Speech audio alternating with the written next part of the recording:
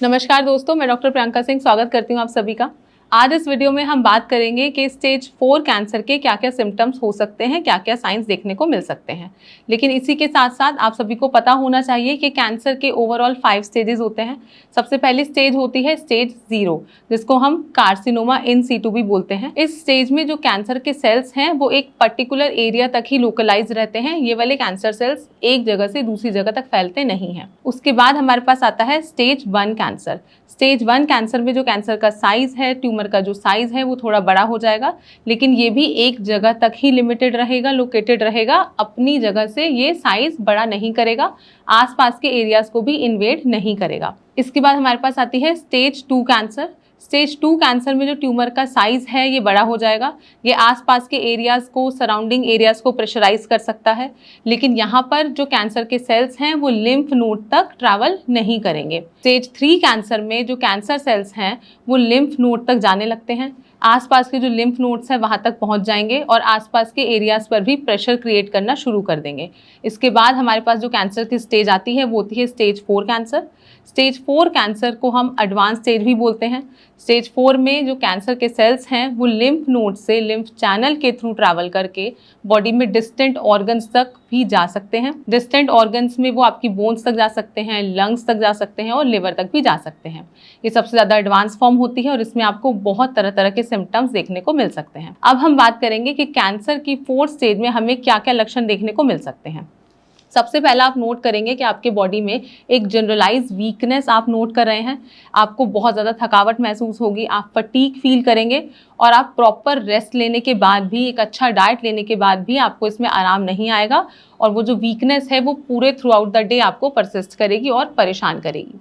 Stage 4 में हम ये भी देखेंगे कि आपको अनएक्सप्लेन वेट लॉस हो सकता है, यानी कि आप कोई भी एक्सरसाइज नहीं कर रहे हैं, आप कोई भी डाइट फॉलो नहीं कर रहे हैं, उसके बावजूद भी आपका जो वजन है वो तेज़ी से गिरता जा रहा है। इसी के साथ साथ आप देखेंगे कि आपका जो एपेटाइट है, यानी कि आपकी भूख है, वो भी पहले से बहुत ज़्यादा कम हो गई है। आपको खाना खाने की इच्छा नहीं करेगी। साथ ही साथ आपको ये भी हो सकता है कि फ्रीक्वेंट इन्फेक्शन जो है आपका बॉडी वो कैच करने लग जाए। आपको यूटीआई हो सकता है, यानी कि आपको यूरिनरी ट्रैक्ट इन्फेक्शन हो सकता है। इसी के साथ में आपको हो सकता है कि आपका गला बार बार खराब होने लग जाए। साथ ही साथ आप ये भी नोट करेंगे कि आपकी इम्यूनिटी वीक होने की वजह से और इन्फेक्शन कैच करने की वजह से आपको फीवर बार बार आ रहा है। फीवर के साथ साथ आपको नाइट चिल्स, नाइट स्वेटिंग भी हो सकती है। आप ये भी नोट करेंगे कि रात के समय आपको बहुत ज़्यादा स्वेटिंग हो रहा है।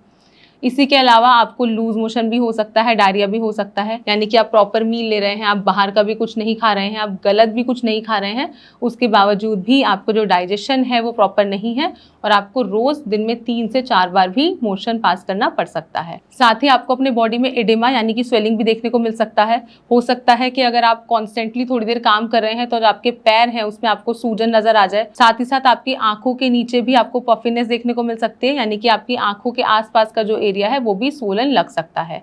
इसी के साथ में आप नोट करेंगे कि आपको सांस फूलने लगा है। जैसे आपका वेट लॉस होगा, आपको लूज मोशन हो रहा है, तो साथ ही साथ आप नोट करेंगे कि आप थोड़ा सा भी काम कर रहे हैं तो आपको बहुत ज़्यादा थकावट बन रही है और आपको घबराहट भी हो रही है। इसी के साथ में एक बहुत ही मार्क्ड सिम्टम देखने को मिलता है, वो है नोजिया और वॉमिटिंग, यानी कि हो सकता है कि आप कुछ भी खाना खा रहे हो, उसके बाद आपको मन कर रहा है, आपका जी मिचला रहा है और आपको उल्टी जैसा आने वाला है। ये प्रॉब्लम भी आपको देखने मिल सकती है। अगर इतने सारे लक्षण आप अपनी बॉडी में नोट कर रहे हैं तो चांसेस हैं, हो सकता है कि ये स्टेज 4 कैंसर को इंडिकेट कर रहा हो।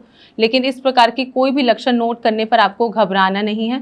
आपको सबसे पहले अपने नियर बाय डॉक्टर से संपर्क करना है। आप अपने डॉक्टर्स, जो भी आपके फैमिली डॉक्टर हैं या जो भी आपके रेगुलर डॉक्टर्स हैं जिनसे आप कॉन्टैक्ट करते हैं, उनसे बात करके अपने सिम्टम्स उनको एक्सप्लेन करके आपको कुछ पर्टिकुलर टेस्ट करवाने हैं। उसके बाद ही आपको किसी निष्कर्ष पे पहुंचना है कि आपको कैंसर है या फिर और कोई भी डिजीज साथ में हो सकता है। अगर आप कैंसर से रिलेटेड और भी कोई जानकारी चाहते हैं तो आप नीचे दिए गए नंबर पर भी संपर्क कर सकते हैं या फिर आप कमेंट बॉक्स में अपना नंबर भी ड्रॉप कर सकते हैं और हमारी टीम डायरेक्टली आपसे कॉन्टैक्ट करेगी। और कैंसर से रिलेटेड आपको कुछ भी डाउट है, क्वेरी है या आप डाइट से रिलेटेड भी कुछ जानना चाहते हैं तो भी आप हमारी टीम से संपर्क कर सकते हैं।